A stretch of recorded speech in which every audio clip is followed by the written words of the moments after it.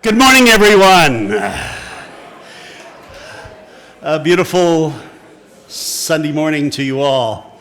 I'm thrilled to welcome you here and also to introduce to you our beloved, stellar, transformative, liberative speaker.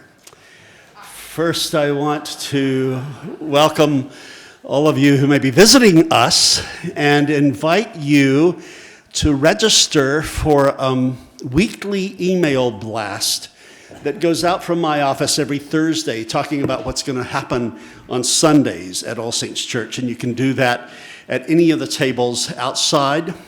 We also have an action table at All Saints Church. We think that our worship is not complete until we put all that grace into action, into political action. Today we are thanking President Obama for his executive action about comprehensive immigration. So we thank you. So that we hope that you will stop by the action table today and write him a love letter from you.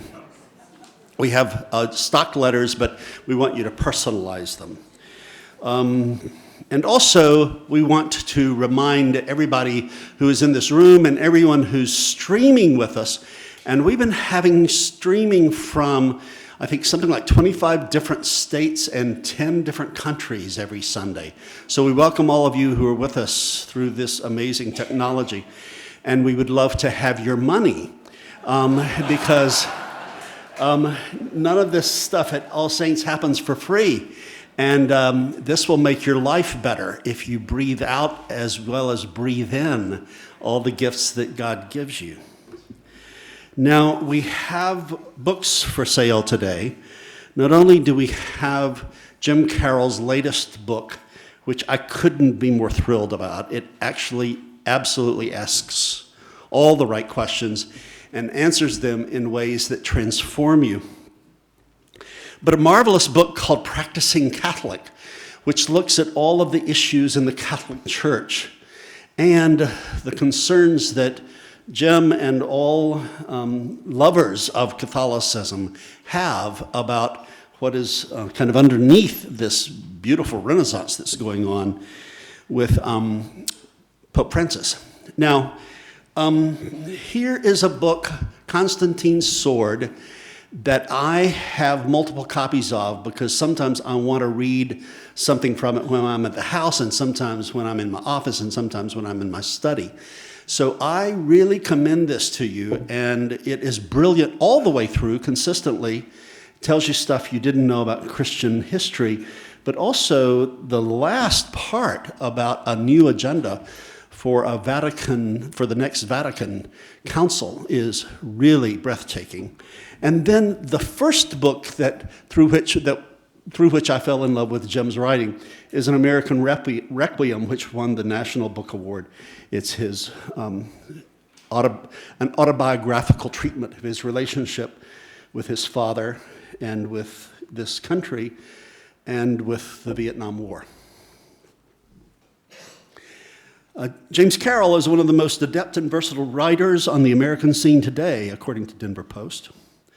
Author of 11 novels, 8 works of nonfiction, including this National Book Award-winning autobiography, and the New York Times bestselling Constantine's Sword, which now is a documentary.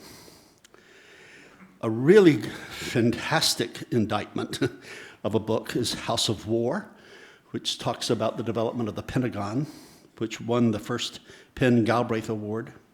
And Jerusalem, Jerusalem, which was named a 2011 Best Book by Publishers Weekly, an amazing treatment of Israel-Palestine.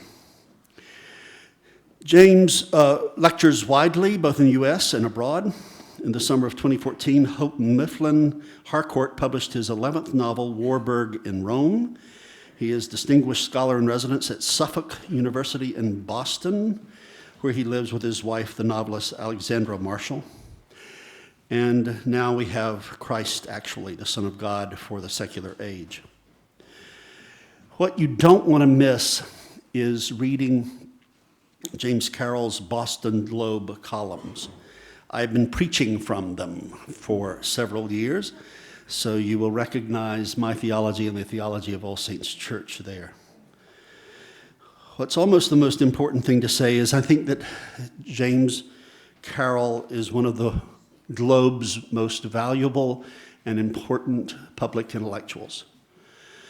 But the most important thing is he's a friend of ours, and we really love him here, and he's a great friend of mine. Will you warmly welcome the illustrious James Carroll?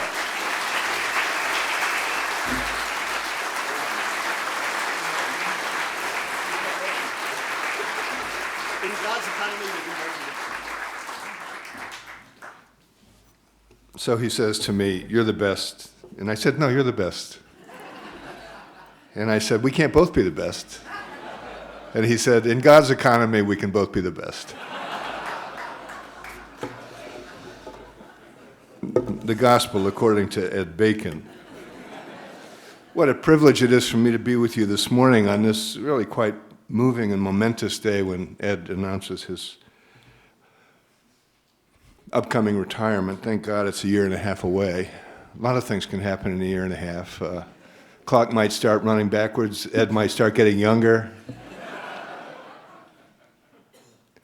It's such a privilege to be a friend of Ed's and to be a friend of this parish. And maybe the most important thing I can acknowledge here this morning is even on the far coast, I feel very, very much a member of this parish and think of you as my spiritual home in some very powerful way that took me by surprise some years ago when I realized it. And my attachment to Ed, not just as my friend, but as my priest, is bottomless.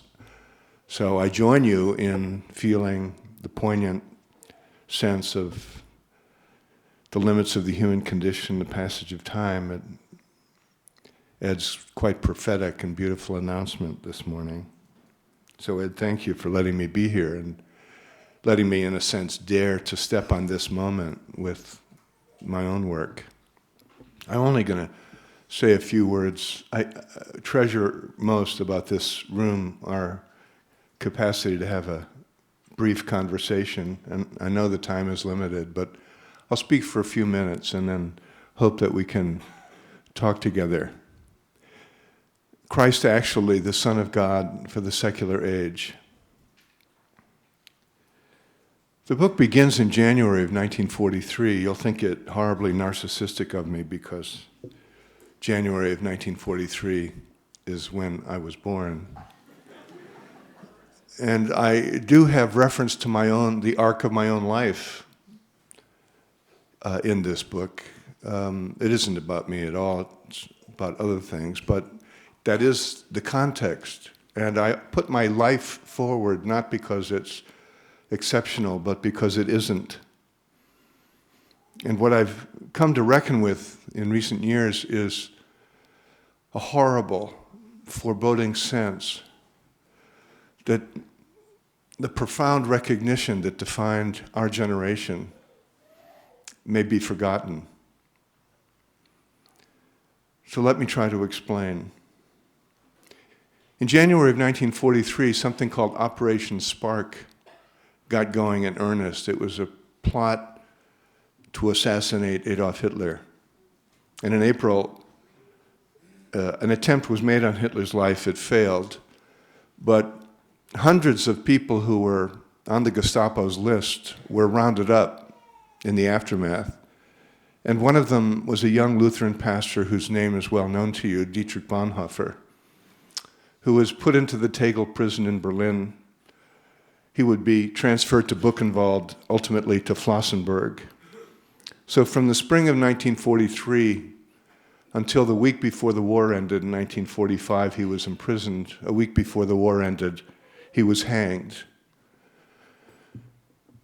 We know his name because even though he was already one of the most distinguished Lutheran theologians of his generation in Germany, he wrote a series of letters from prison, which were published subsequently as Letters and Papers from Prison.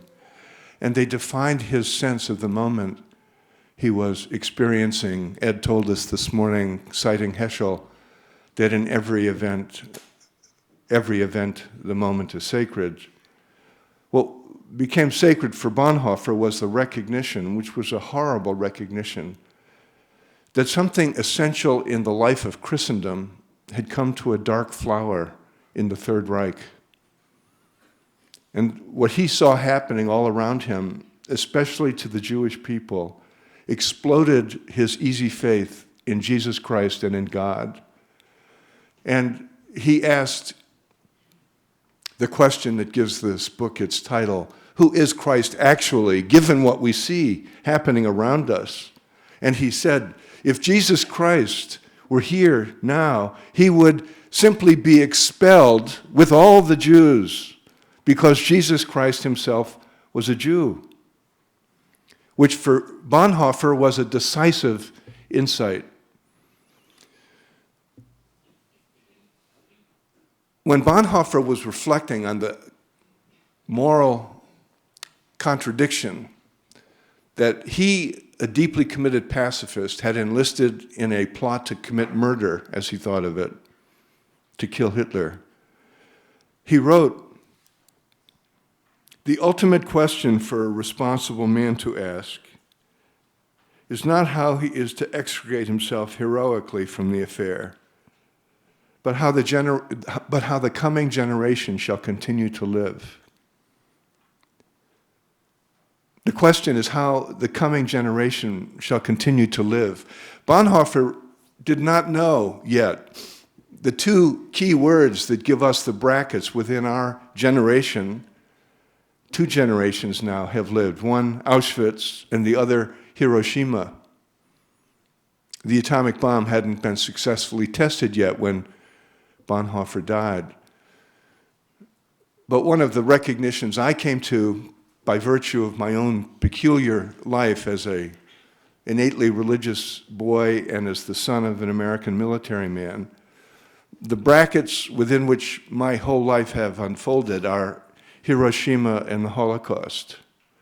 And those two events, talk about sacred, have defined the reckoning that the Christian church has been attempting ever since.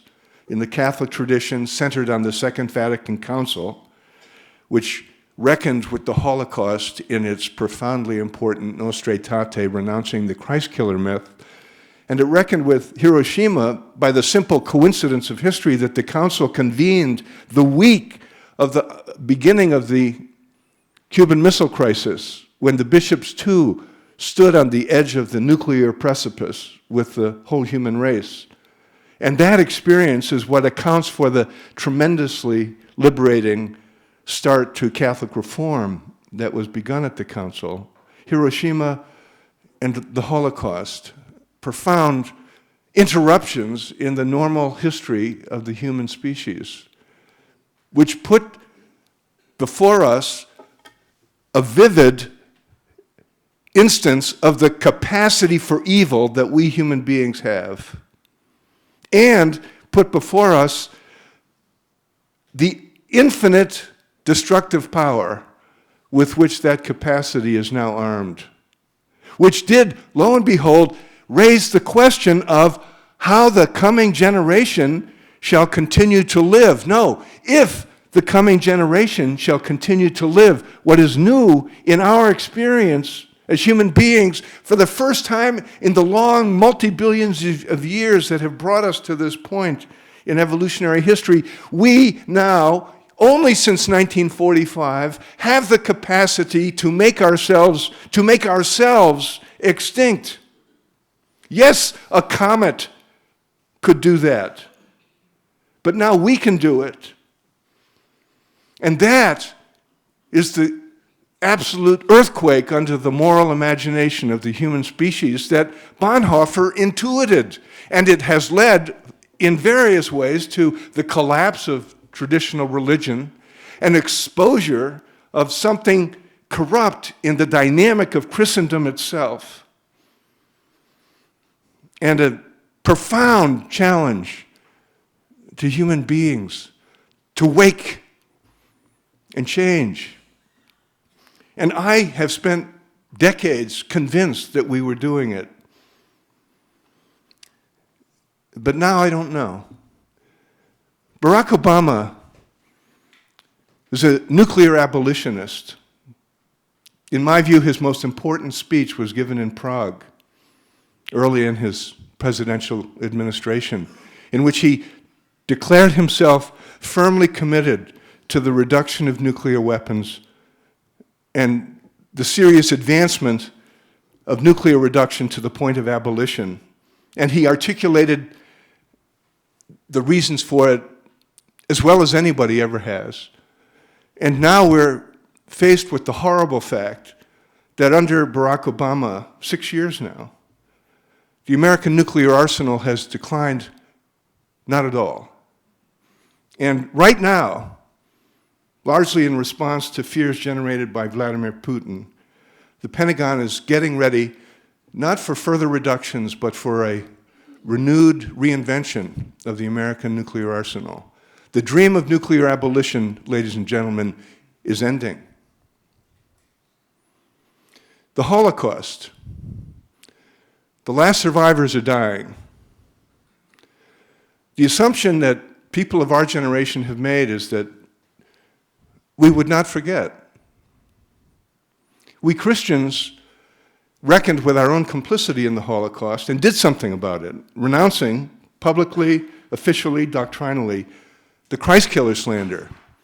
And we've had a self-satisfied relationship in the Jewish, Christian, and now Muslim dialogue ever since. We reckoned with our part in that horror and did something about it. No, we barely began. Because the single most important seed of the Christian anti-Judaism that spawned Nazi anti-Semitism actually wasn't the Christ killer slander. It was the entire way in which the Gospels tell the story of Jesus as if he himself were not a Jew. Jesus against the Jews is the defining bipolarity that ultimately took the form of New Testament versus Old Testament, grace versus law, generosity versus greed, the positive church over against the negative synagogue, a structure of the imagination that in effect became a bug in the software of Western civilization. Coming right down to our own time when we created that nuclear arsenal feeling justified because the free world over against the enslaved world behind the Iron Curtain was an absolute manifestation of that evil that began when God condemned the Jewish people, a negative-positive bipolarity. Could we possibly forget the Holocaust? I'll conclude my general introductory remarks by saying, yes. Why? Because it happened before. The single most important context, event, every event is sacred, not everyone is actually. The single most important event that shaped the Christian imagination, in particular over against rabbinic Judaism, was the first Holocaust. The savage Roman war that unfolded not just in Palestine, but across the Mediterranean between the years 68 and 135. With that first climactic event in 70, the destruction of the temple. I know you know this. Josephus, Tacitus, other ancient sources tell us that the Romans killed in a three-phased war something on the order of 2 million Jews. A proportion of Jewish population probably equivalent to what Hitler did. And for Christians, what is most important about this event, two things. This was the context within which our texts developed. And our texts were a response to this context. The Gospel of Mark, which has Jesus pointing to the temple and predicting its destruction, as you know, was written in the year 70. Gone to the Christian memory, I'm arguing that the Gospel of Mark was written in response to the destruction of the temple. And the other Gospels Two, in response to the savage war the Romans were waging against the Jewish people, which ultimately not only destroyed the temple, but destroyed Jerusalem itself and the center of Jewish Christianity, so that the Christian memory would be from then on dominated by Gentiles who knew nothing of the Jewish origins of the movement, and in a particular way knew nothing of the Jewish, permanent and complete Jewish identity of Jesus of Nazareth, so that he could be imagined as a Gentile, and his story could be imagined as a story of Jesus against the Jews, or as the Gospel of John puts it in that magnificent prologue, he came unto his own, and his own received him not. No. The only ones who received him were Jews. The ones who loved him, the ones who couldn't let go of their affection for him, were Jews. And they understood him entirely in Jewish categories. And they heard him proclaiming only the one God of Israel, Shema, not the New Testament God of love over against the Old Testament God of judgment, from whom the New Testament God saves us. Recovering the Jewish Jesus, which is more than repealing the Christ killer slander, it's rereading the entire texts in a new way, is work that we have yet to accomplish. Even this morning's magnificent gospel reading, which was such a resounding summary of the pastoral ministry of Ed Bacon, that magnificent description of the calls to compassionate justice that we have if we're to be the sheep and not the goats.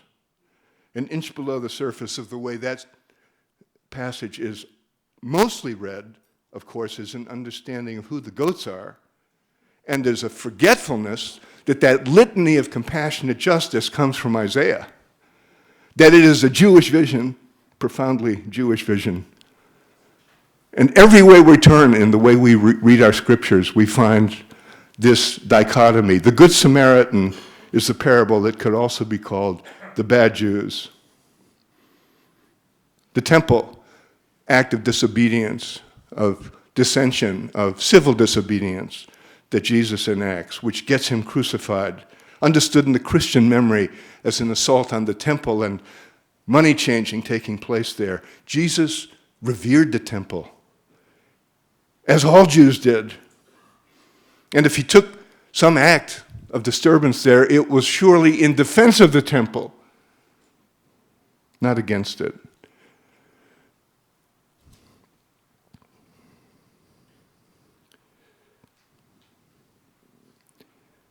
It grieves me to imagine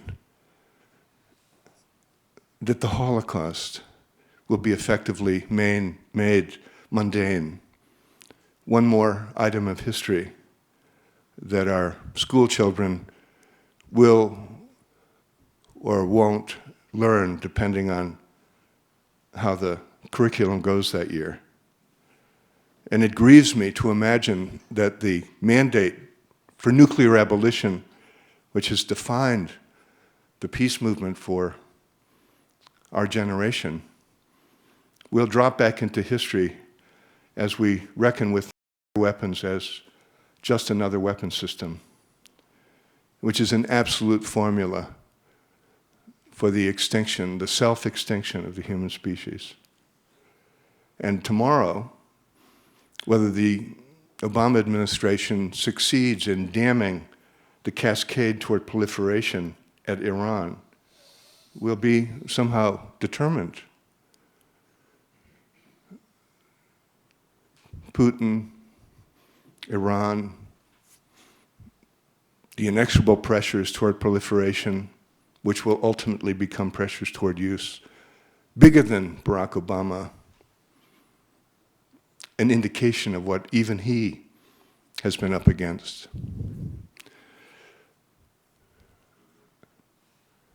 This is the history into which God has inserted himself according to our faith. And the recovery of Jesus of Nazareth, completely and fully Jewish, but completely and fully also a presence in history of the Holy One, is our hope, which is why we come here. It's why we are living in hope together, and it's why I've written this book. I'll welcome a conversation now, and then at the end of our session, just before going upstairs, I'll read the concluding statement of faith to which I found myself coming in this privileged but arduous pilgrimage. So, what are some of your thoughts? You know,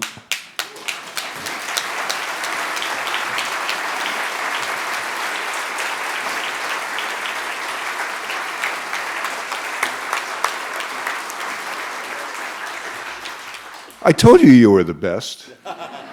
Please raise your hands. Let us get a microphone to you so we can be heard over the streaming.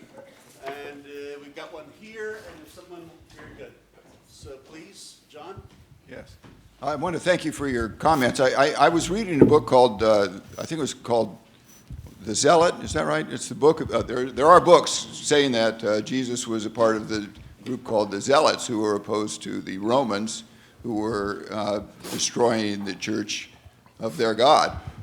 And one of the commentaries that I saw about that was that there is a lack of historical evidence, data, as to the truth of that, a lack of evidence exactly about Jesus' life. So there's also a whole history of the Christian church, as you say, projecting current thoughts onto Jesus and finding whatever they want to there.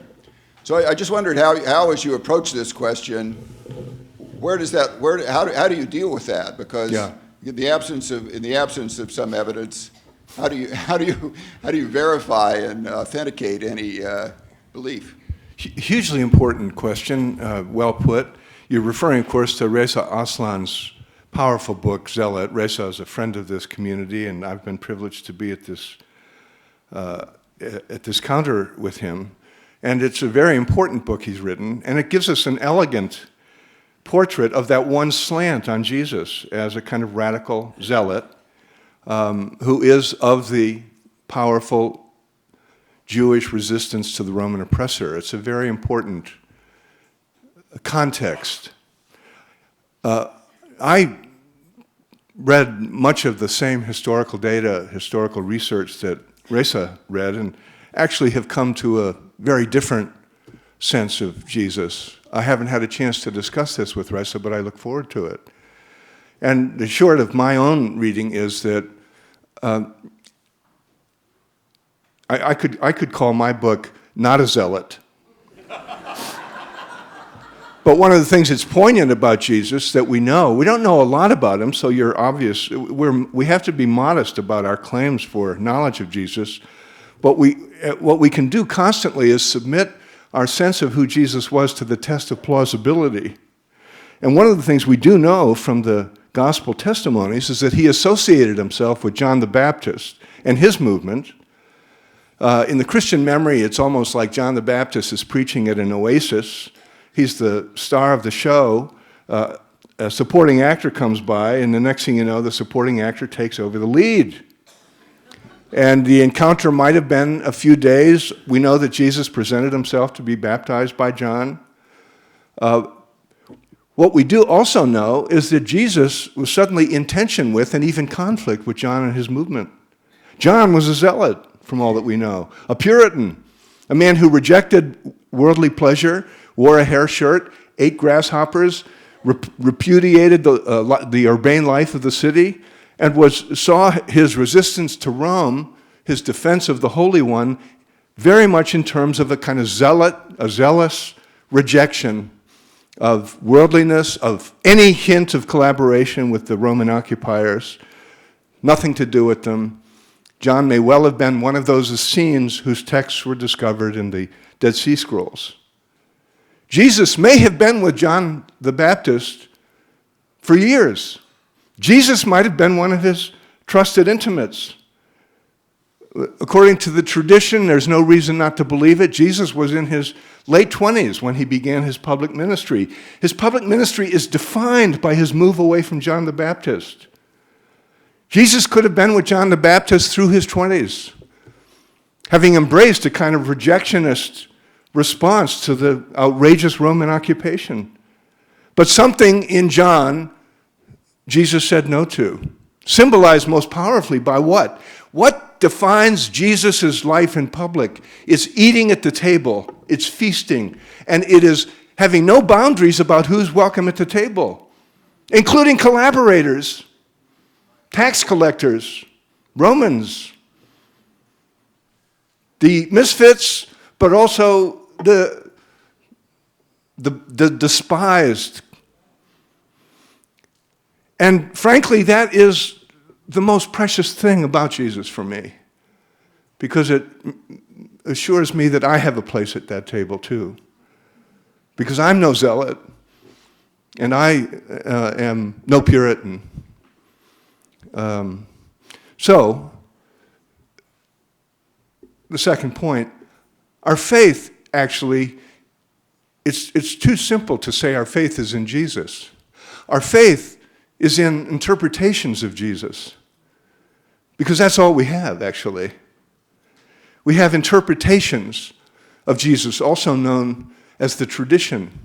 And the interpretations may have begun with Jesus himself. One interpretation was that he was the Son of God, somehow divine, which much of the contemporary historical Jesus scholarship rejects.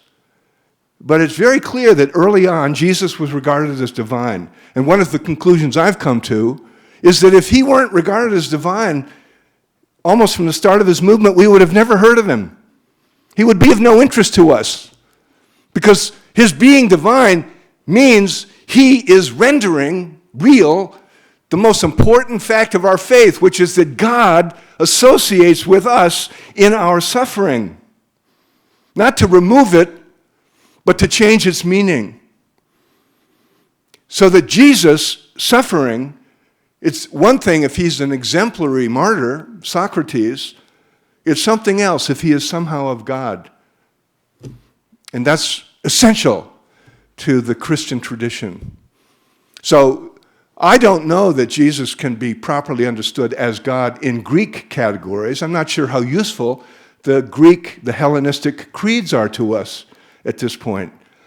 One of the things I had the privilege of doing in this book was returning to Jewish sources, especially through a Talmudic scholar named Daniel Boyarin, who's over at Berkeley, highly respected Talmudist, who opens up the book of Ezekiel as the source of the idea of Jesus, the Messiah, as the Son of Man, which is a term for divinity in the Jewish tradition. Again, an example of Jesus was a Jew, so that even the outrageous claim that he was somehow divine does not separate him from his Jewishness, which when you see it through the Greek lens, it inevitably does. So it isn't only that Jesus was Jewish, as Bonhoeffer's phrase said, Jesus Christ was Jewish. So our Christ affirmations don't separate him from his Jewishness. They come out of it. His being somehow of God, his being raised from the dead, his being present in the life of the community. These central notes of Christian faith. If Jesus was simply a good man, we would never have heard of him. For one thing, his ethic wasn't that unique. His resistance to Rome wasn't that unique. And certainly his suffering wasn't that unique. Josephus says that the Romans crucified, in T.S. Eliot's tidy image, we have 3 crosses on a hill, right? Josephus tells us that during that siege of Jerusalem, the Romans crucified 10,000 resistors within 1 year. A ring of crosses around the center of the city, with the corpses left hanging as a signal of what happens to you if you resist Rome. The Christian memory has 3 tidy crosses, and Jesus as rendered, for example, in the Mel Gibson film, suffers transcendent agony and pain, unlike anything any human being has ever suffered before. Wrong. It was mundane. It was Jewish. Other comments? Yes, over here. I'd like you to just keep preaching, or teaching. Thank you. Yeah, hold it like an ice cream cone. Thank you. It's not on. Testing one. Thank you. Many questions, but really it boils down to, in light of what you're saying and what we as Christians are trying to do in response to what you're saying, we could pour ourselves into the Palestinian and Israeli conflict and try to work that toward peace, or Iran or Russia. But in light of what you're saying, as what is an appropriate response for us as a church and for me as an individual to respond to that in a very constructive way? I'll make 2 quick points. Israel-Palestine, for starters. I'm talking about a bug in the software of Western civilization. Actually, the bug comes in 2 forms now. Israel and Palestine, Israelis and Palestinians are locked in a corner fighting, we hope not, but apparently to the death. The most important fact about that situation, in my view, is that the corners that have trapped them, they didn't build. One is anti-Semitism, and the other is European racist colonialism, burdening Jews, Israeli Jews on one side, and burdening Arabs and Arab Muslims on the other side. And as for the current conflict, the most important fact of the current conflict is unreckoned with by all of the folks in Europe and America who are constantly bemoaning the inability of those folks to get to the final conclusion of the peace process, and that is that the conflict between Israel and Palestine has been ignited to the present degree by the United States of America's interventions in the Middle East. And if we hadn't escalated the hate and the armaments and the contempt and eventually the jihadist impulse, institutionalizing it, Israel and Palestine, in my view, would have come to the conclusion of the peace process that was well underway in the year 2001. Not concluded by any means, but well underway. It's now dead. And the 2-state solution, for all practical purposes, is probably dead. That's the United States of America, folks. And let me just say, what should we be doing about this? Christianity has a special burden of responsibility. We are the third party to these conflicts. And it goes to this basic question of, was it Jesus against the Jews or not? So, Christian people have 3 absolute responsibilities. 1, understand how the sacred texts of our church, in particular the Gospels, but also Acts, came to be written the way they were written, and understand that they are not works of history. They are polemical, theological assertions having more to do with committed historical fiction than journalism. I know you know this, but most Christians don't, and we Christians have to begin there.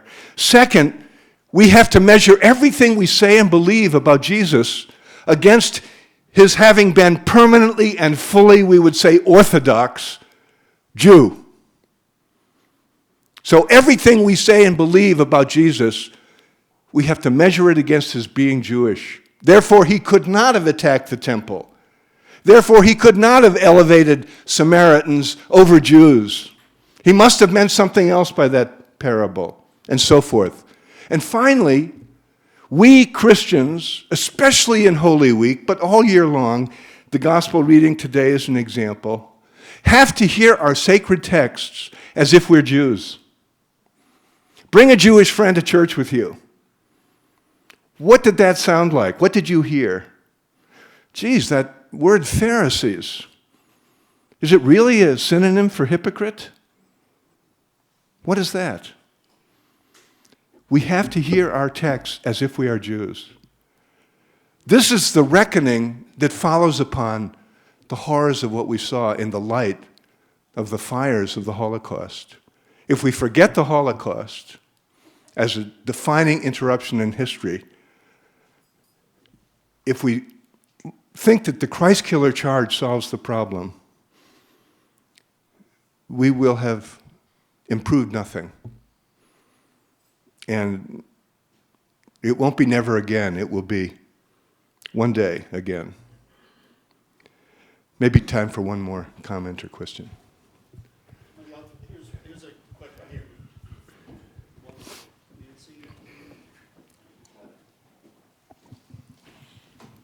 What do you see would be the major change in our perceptions of Jesus in Scripture if we saw them as Jews?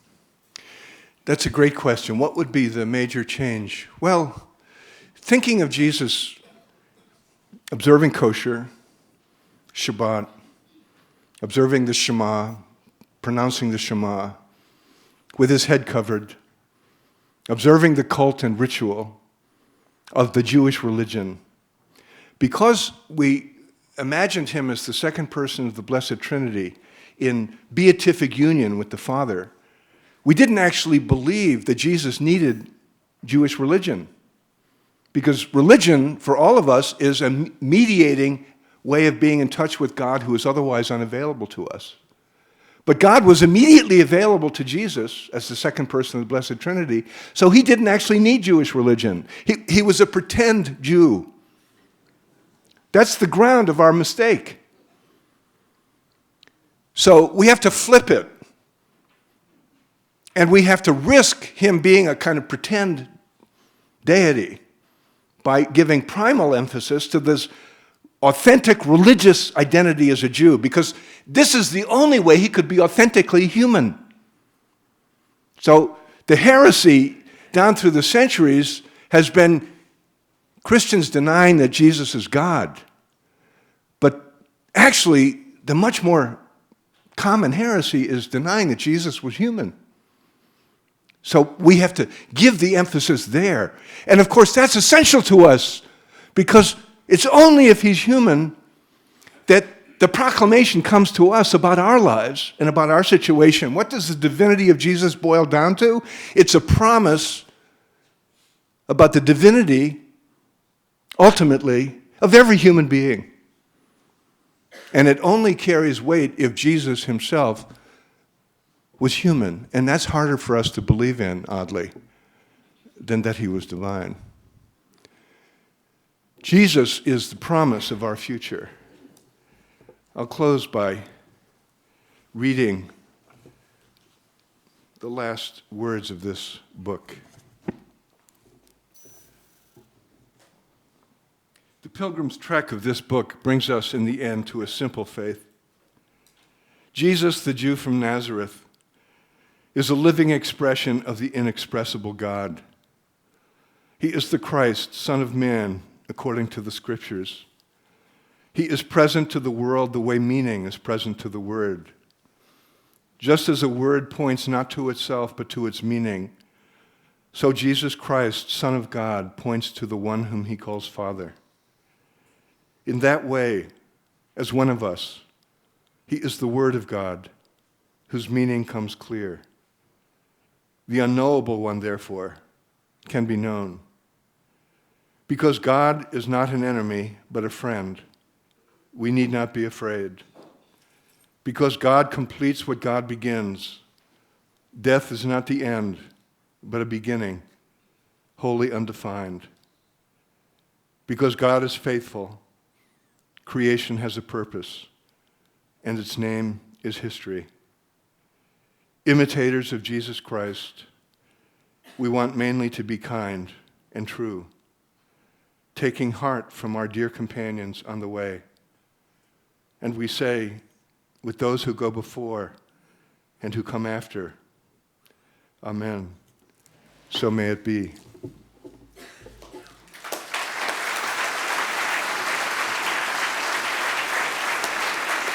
Thank you very much, Jim. Jim will stay here and sign books for a few minutes. Thank you, Jim. I hope you see our standing ovation for you, brother.